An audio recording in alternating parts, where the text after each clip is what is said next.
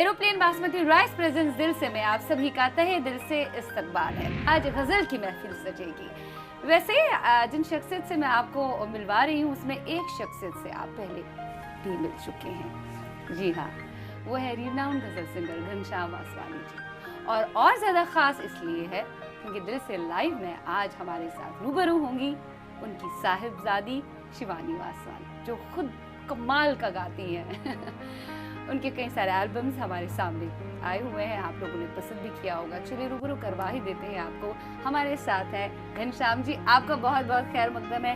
शिवानी, आपको बहुत बहुत खैर मकदम। बड़ा अच्छा लग रहा है, फादर डॉटर ये रिलेशनशिप, ये रिश्ता जो है बहुत अटूट रहता है। और जब दोनों की जो चाहत है और दोनों के शौक जो है वो एक ही हो तो और भी चार चांद लग जाते हैं। लाले मेरे लाल की जित देखूं तित लाल। अभी रिसेंटली जो इन्होंने सिंगल किया उसमें एज अ कंपोजर आप सामने आए। खैर इससे पहले भी एज अ कंपोजर आप सामने आए थे कई मर्तबा। या शान जिसमें फीचर हुए अभी रिसेंटली, इसी को प्यार कहते हैं, उसमें भी आपने अपनी कंपोजिशन दिखाने की बेहतरीन कोशिश की है। इसी को प्यार कहते हैं, यही शायद मोहब्बत। गजल गायक तो पहले से ही आप रहे हैं, आपकी गजलें कमाल की, बड़े बड़े शायर हज़रात का कलाम जो है उसको आपने अपनी आवाज़ बख्शी है। सबसे पहले शुरुआत इन्होंने जो सिंगल सामने लाया वो भी राजस्थानी फोक, पिक्चराइज भी इन्होंने, इनफैक्ट उसकी जिम्मेदारी भी खुद संभाली है। क्या कहना चाहेंगे उस पर? जी, जब मैंने इसे सुना गाते हुए तो वैसे ये अलग प्रोफेशन में थी, लेकिन मैं चाहता था क्योंकि इसकी आवाज़ इतनी अच्छी है, इतनी सुरीली है और ये एक गॉड गिफ्ट होता है। और ये an artist is born and he is never made. बाकी आगे तो जो फिनेस जो आता है रियाज से आता है और उसमें वो काबिलियत थी, तो मैं चाहता था कि ये गाए और इसने ये बड़ा खूबसूरत एक सिंगल तैयार किया है।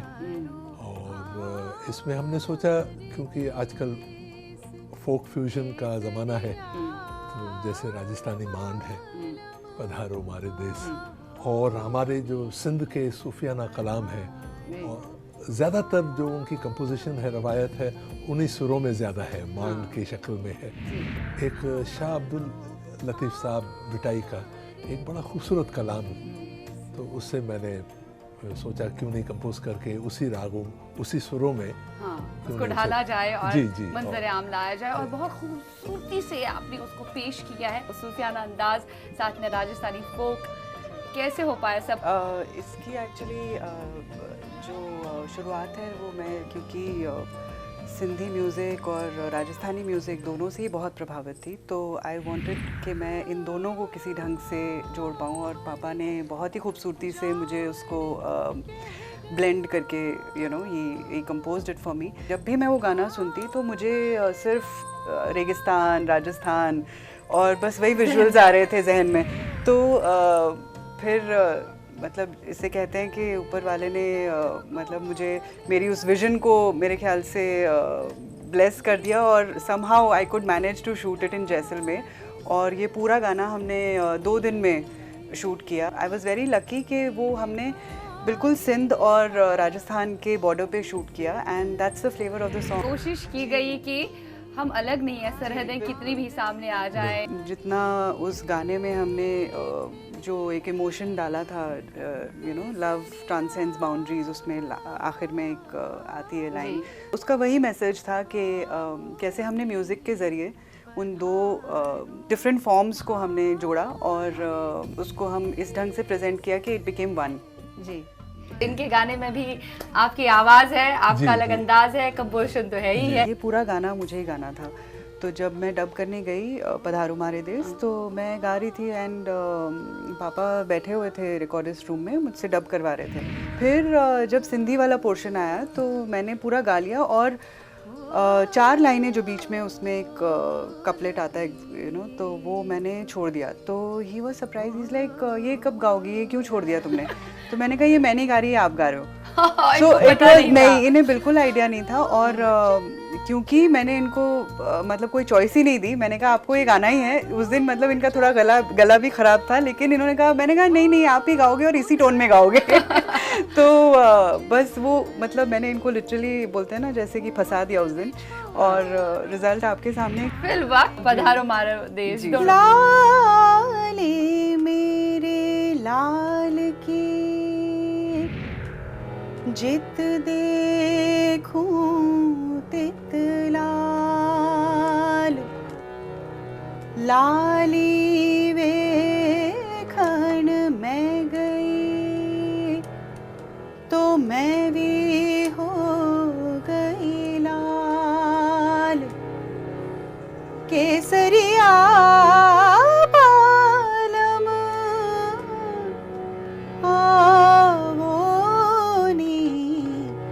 पधारो भार देश रे, केसरिया बालम आवोनी पधारो भार देश रे।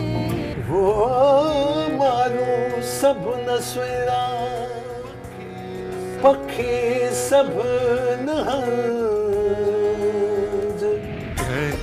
मारू मंझ अच्छे हुए बहार जी। अच बारो चल अच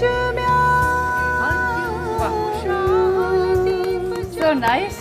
मौसीकी के ज़रिए हम सरहदें तोड़ सकते हैं, सिर्फ मोहब्बत का पैगाम दे सकते हैं, जो आपने किया बहुत अच्छा लगा। फिल वक्त मैं चाहती हूँ कि मैं बात करूँ आपके इसी को प्यार कहते हैं। निदा साहब को फिर से आपने एक बार मंजर आम लाया, उनकी शायरी जो कमाल की रहती है हमेशा।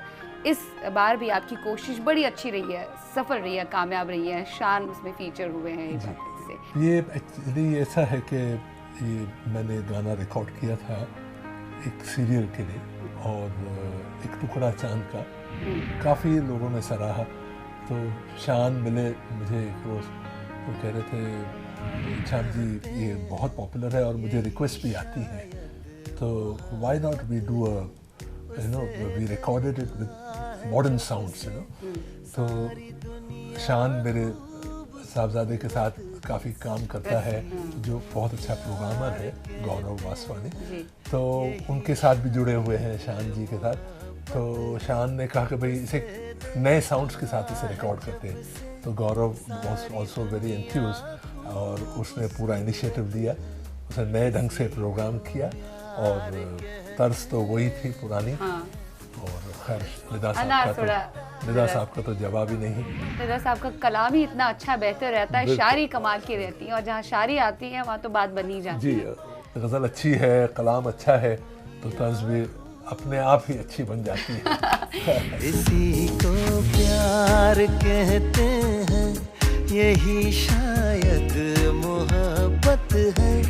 इसी को प्यार कहते हैं, यही शायद मोहब्बत है। उसे देखा है जब से सारी दुनिया खूबसूरत है। इसी को प्यार कहते हैं। नाइस। इनसे भी गवाना चाहिए था, डुएट हो जाता तो मजा आ जाता। ये बड़ा अच्छा मौका था आपके पास, आपने क्यों छोड़ दिया ये मौका? बात करूँ आपके उस एल्बम की, बेगम अख्तर, जो ट्रिब्यूट आपने दिया, काफी सारा दर्द है उसमें। जी मेरे उनकी आवाज में ही दर्द था जी, और आप बहुत अच्छे से इंसाफ कर पाई है उसके साथ। शुक्रिया, अपनी आवाज जो बख्शी है। Thank you so much. Jan Nisar Akhtar साहब का कलाम। जी जी जी, ये गज़ल मेरी ज़िंदगी की पहली गज़ल थी जो मैंने याद की थी। सुबह के दर्द में थोड़ा सा दर्द हो जाए।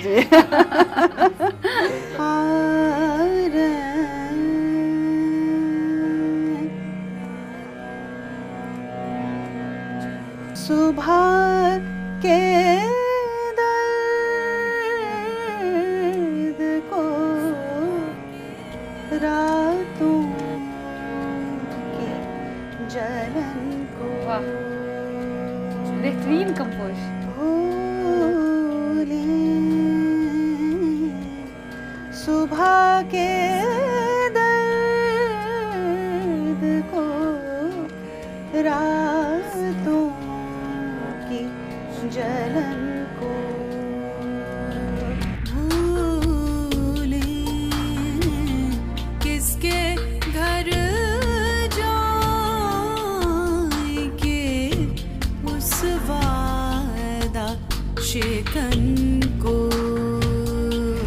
सुबह के दर्द को रातों की जलन को वाह,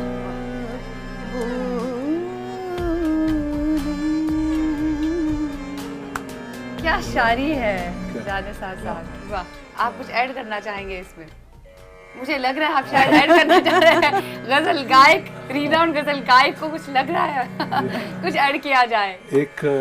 मैंने एक गजल रिकॉर्ड की थी जग्गी हाँ? जी के जी, आवाज में। जी।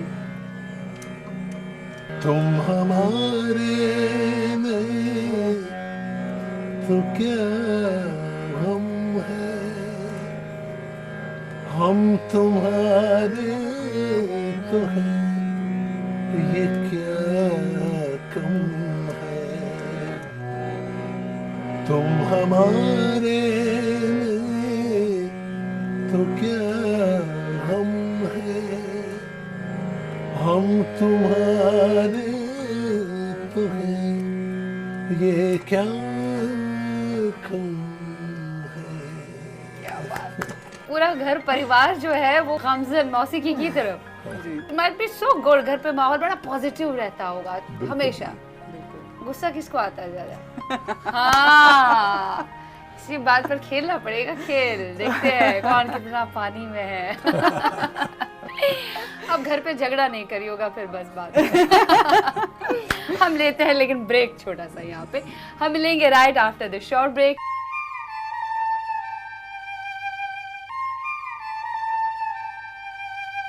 Aeroplane basmati rice presents Dil Se में ब्रेक के पार हम हाजिर हुए हैं। आइए और भी बातें करते हैं और भी गुफ्तगू करते हैं रिनाउंड गजल सिंगर घनश्याम आसवानी जी और उनकी साहिबजादी के साथ। बड़ा मजा आ रहा है आप दोनों के साथ बात करते हुए। अब देखते हैं। टेंशन आप बिल्डअप हो रहा है। आप बहुत खुश है। टेंशन इनके चेहरे पे मुझे लग रहा है। क्या करूं क्या करूं। आपको डर लगता है इनसे कि इनको आपसे डर लगता है? सही गायकी मानो में। मैं डरता हूँ। हाँ, ये गलत है। पलड़ा आपका भारी रहता है। लेकिन कभी कभी फिर हमारी भी बैंड बजती है। हमेशा आपकी बात मानते हैं आपके वालिद साहब? कभी किसी चीज की जिद की, हमेशा वो सामने रखा, या कभी इन्होंने आपको डांटा भी ये सही नहीं है, ये जिद आपकी पूरी नहीं की जाएगी? मेरे ख्याल से इन्होंने अच्छा बैलेंस रखा है। जो लगता है इन्हें कि करना चाहिए वो करते हैं, और जब डांट खाने का मौका आता है तो हम भी डांट खा लेते हैं। शरीफ बच्चे। ज़्यादातर ये सिलेक्शन ऑफ गजल्स पे या सिंधी कलाम पे हाँ। या प्रोनाउंसिएशंस पे इसी पे ज़्यादा हमारे, क्योंकि मैं ज़रा थोड़ा आई एम अ परफेक्शनिस्ट। हाँ। ओह, दिस आई हैव टू से, क्योंकि पापा सुर के मामले में और लफ्ज़ों के मामले में बहुत ज़्यादा स्ट्रिक्ट हैं। तो हाँ, उस मामले में मेरा बहुत सारे जितने भी मेरे गाने रिकॉर्ड हुए हैं, सारे रिकॉर्डिस्ट इस बात के गवाह हैं कि उस वक्त तो हमारा ज़रूर झगड़ा होता है। क्योंकि मैं थक जाती हूँ कई बार, but he doesn't leave me जब तक कि वो सही नहीं आता। बिल्कुल से वो तो सुनना पड़ेगा। आई अंडरस्टैंड कि he is doing it for my best.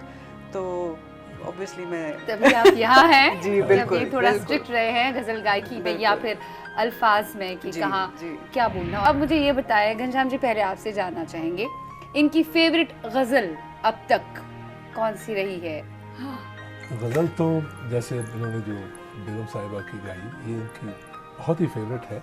लेकिन एक और चीज़ है जो बहुत अच्छी तरह गाती हैं, आज जाने की जिद ना करो। सही? खूबसूरती से जी, ही सही? वेल, चलिए हो जाए जी शुरू। सर। हाय मर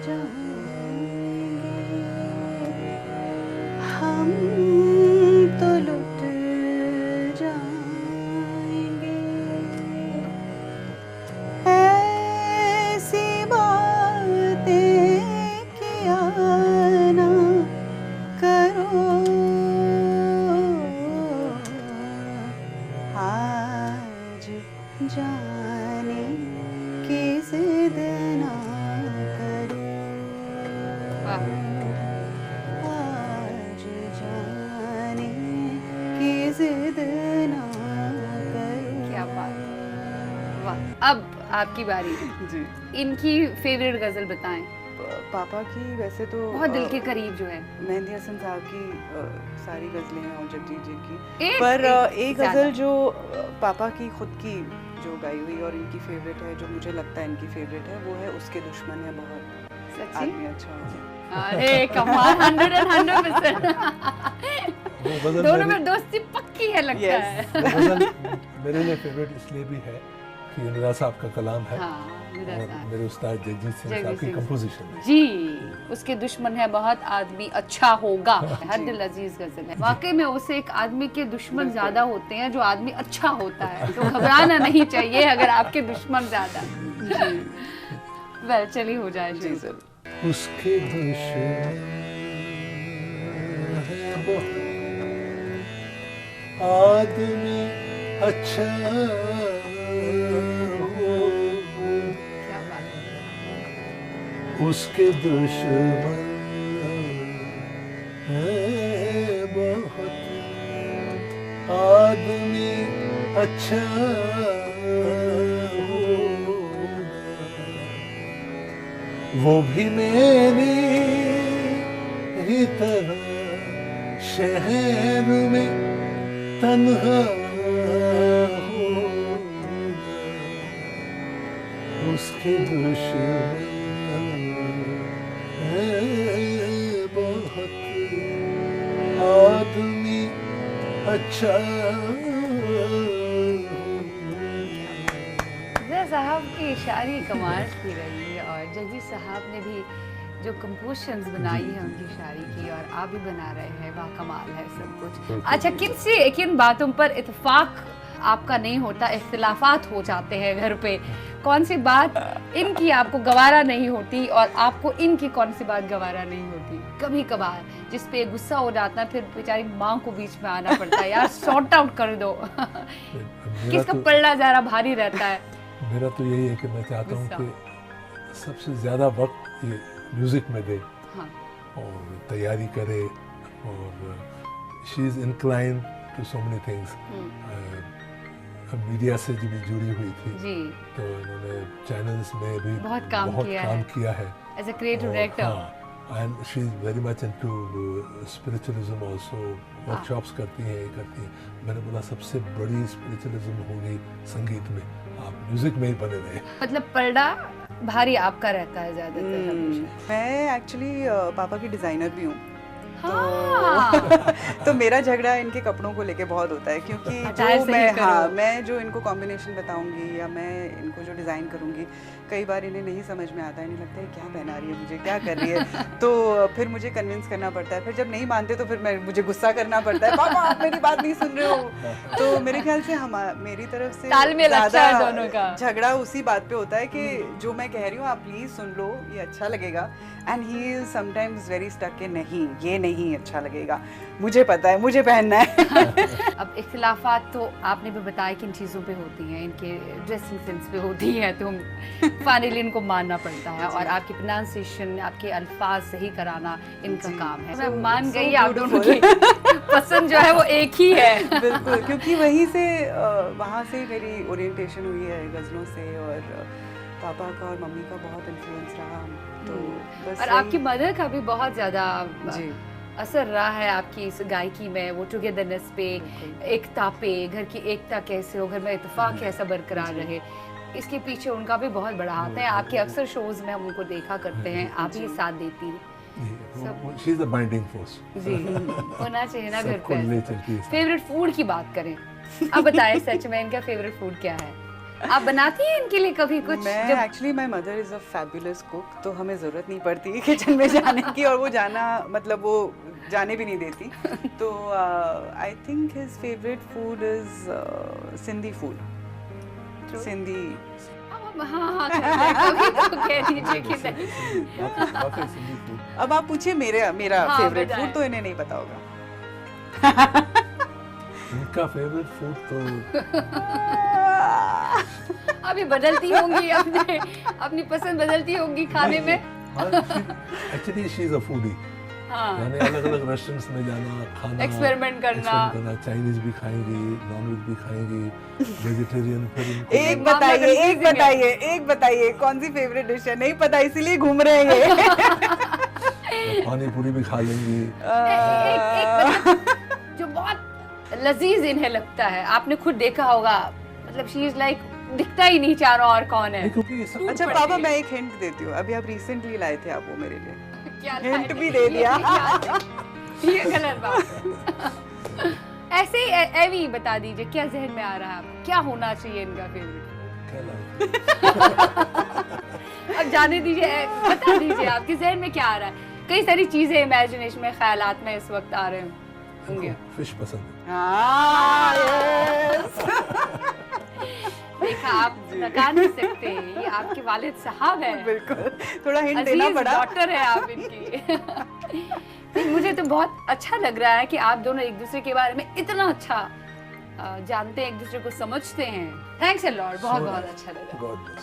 थैंक यू।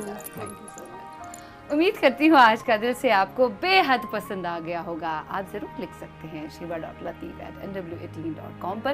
कुछ मजीद बातें होंगी आपसे कल मॉर्निंग में। Till then be happy always, क्योंकि मुस्कुराते चेहरे बहुत ही खूबसूरत लगते हैं। खुदा हाफिज़, बाय बाय।